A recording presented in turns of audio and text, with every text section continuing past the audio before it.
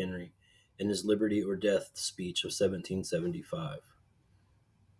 No man thinks more highly than I do of the patriotism as well as the abilities of the very worthy gentleman who have just addressed the House.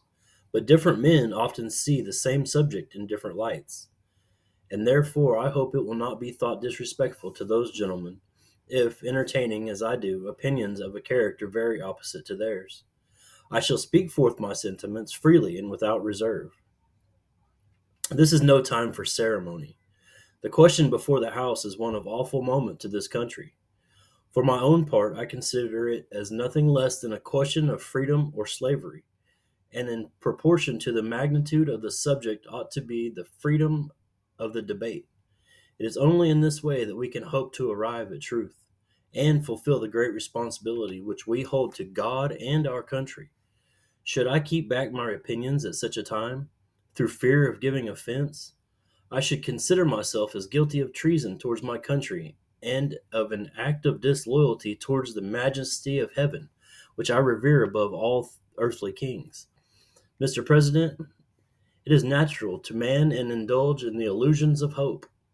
We are apt to shut our eyes against a painful truth and listen to the song of that siren till she transforms us into beasts.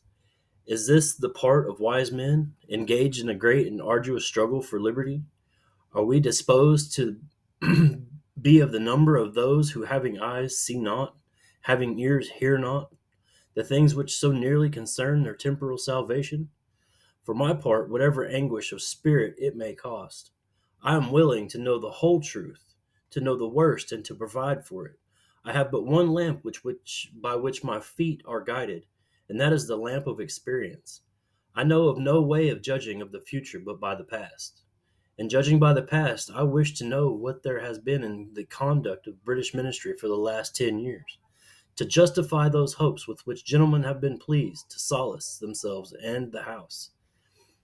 In that is that insidious smile which our petition has been lately received. Trust it not, sir.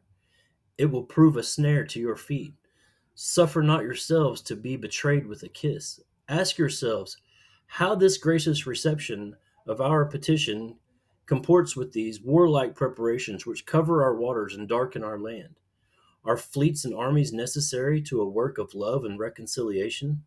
Have we shown ourselves so unwilling to be reconciled that the force must be called in to win back our love? Let us not deceive ourselves, sir. These are the implements of war and subjugation, the last arguments to which kings resort. I ask, gentlemen, sir, what means this marital array, if its purpose be not to force us to submission? Can gentlemen assign any other possible motives for it?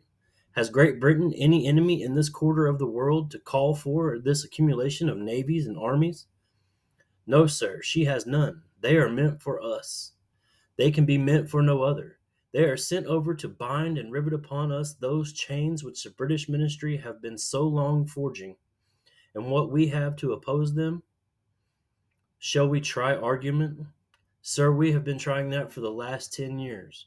Have we anything new to offer the subject? Nothing.